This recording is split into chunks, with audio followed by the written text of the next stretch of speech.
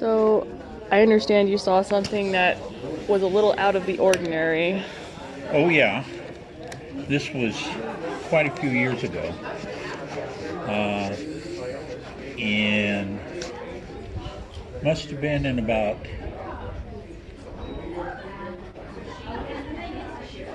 85, 86, something like that. And I was working for a company in Provo, Utah. And I think they're defunct now, but they were there then. And it was a weekend, and I was going back to visit my mother and father. And my wife was visiting them already. So I was by myself in the car driving back from Provo to McCook. I got to a place called Enders in Nebraska, and it must have been about midnight or 1 o'clock, very late because I'd worked all day. And I was there, and I looked up and I saw a row of lights, like on a 747, but it was going by. It must have taken at least a minute and a half to 2 minutes to cross the highway, going from north to south, and looked level with me. Then it left, and I shrugged my shoulders, and I says, that was neat.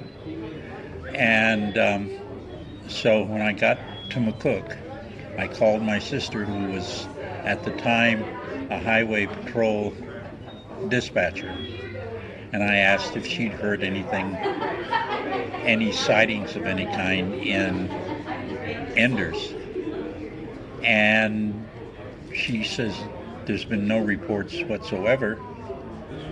And I says, well, I saw something. I don't know what it was.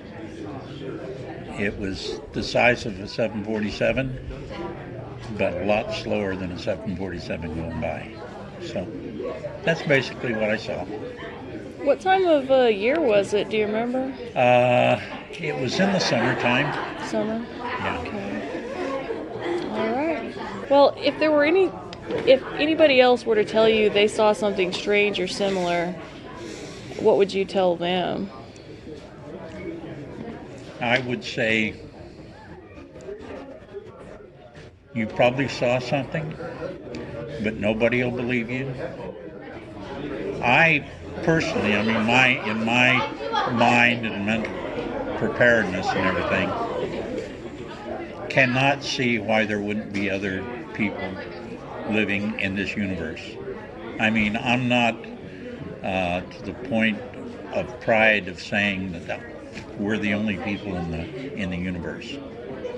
So what it was, I don't know. I know it couldn't have been military because it was too slow. I mean, fast is a very, very Air Force thing. Watch him hang out with. He'll lead you astray. Yeah. All right. Well, thank you for sharing. I appreciate it.